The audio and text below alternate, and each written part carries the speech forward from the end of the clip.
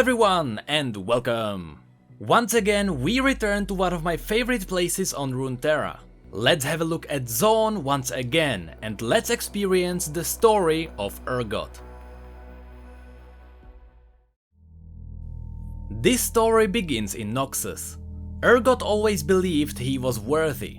As a headsman and executioner of the weak, he was a living embodiment of the Noxian ideal that strength should rule all. He felt pride as the bodies piled behind him, and his intimidating presence kept countless warbands in line. One day he was sent to a distant city called Zaun to eliminate a supposed conspiracy against the ruler of Noxus. Urgot realized too late that the mission was a setup, removing him from the capital as Swain seized control of Noxus. Surrounded by agents of the Camp Barons and enraged that everything he believed was a lie, Urgot was dragged down into the Chemtech mines beneath, the place called the Dredge. He was enslaved, realizing he was not worthy after all. He endured the mine's hellish conditions in grim silence, waiting for death, and in the Dredge, death came in many forms. The mine's warden, Baron Voss, would sometimes offer freedom in return for a prisoner's tortured confession, freedom given by the edge of her blade. From the screams that echoed through the tunnels, Urgot learned about the wonders of Zaun. There was something special about the city, something marvelous and evident even in the secrets that spilled from slit throats. Urgot didn't know what it was until he was finally brought before Voss, fearing that she would break him. But as the Baron's blade cut into his flesh, Urgot realized that his body was already wrecked with agony, far beyond anything Voss could inflict. The Dredge had made him stronger than he had ever been as a headsman. It was pain that forged Zaun. His laughter drove Voss back to the surface, and a reign of anarchy began in the depths. Urgot went back down the mines and seized control of the prison. He found the parts of his body that were the weakest and replaced them with scavenged machinery, technology created by those who would die without it, necessity being the mother of pain. The guards could no longer enter the areas Urgot had carved out of Voss's grasp. The prisoners themselves were more afraid of their new master than they were of her. Many even grew to hold a fanatical respect for Urgot, as they were forced to hear his sermons on the nature of power, his grip tightening around the necks of those who would not listen. Only when a Noxian agent arrived in the Dredge was Urgot finally forced to confront his own past. Though the spy recognized him and sought his aid in escaping, Urgot beat him mercilessly and hurled his broken body into the darkness. It wasn't strength that ruled Noxus, Urgot now realized, but men, and men were weak. There should be no rulers, no lies, nothing to interfere with the pure chaos of survival. Starting a riot that ignited a Chemtech vein within the mine, Urgot shook the city above and cracked the prison open with an explosion that rivaled the birth of Zaun itself. Many prisoners died and thousands more disappeared into the sump beneath the city, but the worthy, as ever, survived. Since then, Urgot's reign of terror has only grown, a hideous fusion of industrial machinery and Noxian brutality. He slaughters Camp Barons and their lackeys one by one, gathering his own following among Zaun's masses. To any who find themselves spared in his murderous rampages, he delivers a message. He is not here to lead, but to survive. If you are worthy, you will survive too. And the trials, they are only just beginning. The story continues from the view of an unnamed Zaunite gang member. For the purpose of storytelling, we'll call him the main character. They were running through the streets of Zaun. The pipes and stained glass were blurred, smeared colors against the grey and the fog that hung in every chem-soaked alley. Zorai was to his left, all matted hair and rusty knives. Her smile was the only sign that she was beautiful beneath the grime. Blank was behind her, with a spray filter full of glowing paint and a head dripping with ideas.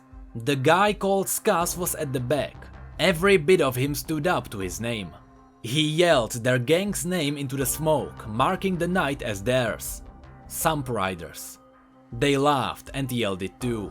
They were young, They were alive. Nothing could stop them, they thought. It would have to catch them first. The city itself seemed to carry them forward as they slid down into the depths, farther and farther from the sum-scraper they had just robbed and left bleeding in the gutter. His cogs still jangled in their pockets, more than enough for a bit of fun. They were on their way to the Black Lanes, the market at the heart of Zaun. "Think they'll sell us any shimmer wine?" Zorai asked. "Bleedin' that sumper made me a mite parched." Blank scoffled. "They'd sell shimmer to a child in the lanes. And then they'd sell the child. Gob it, both of you." Skas growled, catching up. His face showed a kind of concern that they had never seen before, a frown slowly forming. "Can't you hear that?" The main character squinted his eyes and peered into the night. "I can't hear nothing," he said with a shrug. "Not even a plague rat's brown cough." "That's what I mean," Skas muttered. And the silence after, it weighed heavily. Pushing slowly into the market through the fog, they found market carts overturned, their wheels spinning lazily. Stalls abandoned, still full of exotic wares. There was a stench in the air that reminded them of the sum-scraper. A stench strong enough to make their eyes water, even after seeing him bleed had not. And there were bodies around too. Many of them were wearing Camp Baron's emblem. They had been torn to pieces, the cobbles red beneath them. It was a massacre. "Nasty bit of work, eh?" Blank grinned, rooting through one of the dead man's pockets, carefully picking away giblets of flesh. "Guess that means we're getting a discount." Zorai only shuddered. "There's someone in there," she whispered, pointing into a cloud of raw chemtech that was spewing from a pipe in the clearing beyond. It was the source of the stench that was only growing stronger, crushing their senses, somehow making their ears hum. It's a man." "That's not a man," the main character murmured, following her gaze into the growing green veil. "Not anymore." It was a hulking shape with mechanical legs and many guns fused savagely to its flesh. Burning and searing, just looking at it made him wince. In one hand it held a much smaller figure aloft, a man choking in the chemtech cloud. As he writhed, the monster taunted him, its voice a mechanical buzz vibrating deep in their guts. "This is what you want?" It almost could, cruelly forcing the man's face into a rent in the pipe, the chemtech gas gnashing out around them. "Breathe it. Make it yours." But the man only writhed, kicking uselessly, growing weaker and weaker until finally, only his augmented arm still jittered, echoing his last desperate thoughts, even after they ceased. And with that flash of brass it hit them. The dangling corpse, he was a Camp Baron, the only kind of person who could afford a newfangled kit. Baron Crimson, or something like that. These were his men scattered around. Were his men. And now... "We have to get out of here!" The main character gasped, turning from the carnage to his friends. But he couldn't see them.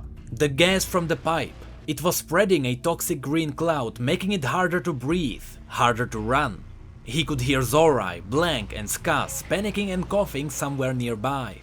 He reached out into the swirl for anyone, anything to pull along with him as he made his escape. But there was only the sound of a body slumping softly to the ground, a spray filter rattling across the cobbles. Blank. He stumbled as the truth hit him. He was gone. And the worst was still to come. The monster pushed itself through the cloud. A massive armored leg slammed down beside him. And then another. And another. All revealed chemtech-filled tubing. And gun muzzles that smoked with the very same heat still smoldering in the bodies around them. He could taste it at the back of his throat. A truth as bitter as the air around. He was going to die here. The monster grabbed him by his ragged scruff, lifting him close enough to see its face. It was a visage of terror, all the more horrifying because it was human. More human than the rest of him, at least. His tox mask glowed as it vented pure alchemy, but his eyes were somehow even brighter, intelligent, almost seeming to smile as they took the fear in. "A son of Zaun, what is your name?" He growled as he brought him closer. The accent was sharp, but he couldn't place it. The words battered his resolve, each one hitting with the force of hate. Our main character couldn't even stammer an answer. The monster laughed. The Baron, you recognize him. Like many, he tried to rule this city, casting countless people into the depths to mine this. He breathed in deeply as the gases swirled. This misery. Now he is no more, killed by that which gave him power over others. It is you, the gathered at home in the squalor, who survives. So tell me, which of you is stronger? Which of you deserves to live? Suddenly he was falling back to the ground, landing on top of his friends. They were shuddering, choking as the camp baron had. Skaz, his mouth was foaming. And Zorai, he closed his eyes against the tears before he could see what had happened to her. Run! The monster said. Tell the city how you survived and the Baron did not. You will be my witness, the first of many. The boy hesitated. Run! It bellowed again. He saw Zorai then, sobbing, reaching out for help with the last of her strength. He didn't want this to be the way he would remember her.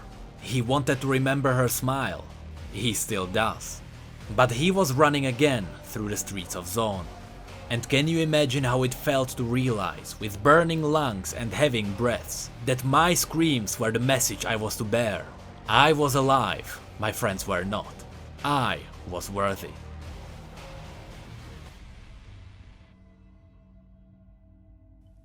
And that was the story of Urgot. There are two more things I want to mention before we end this video.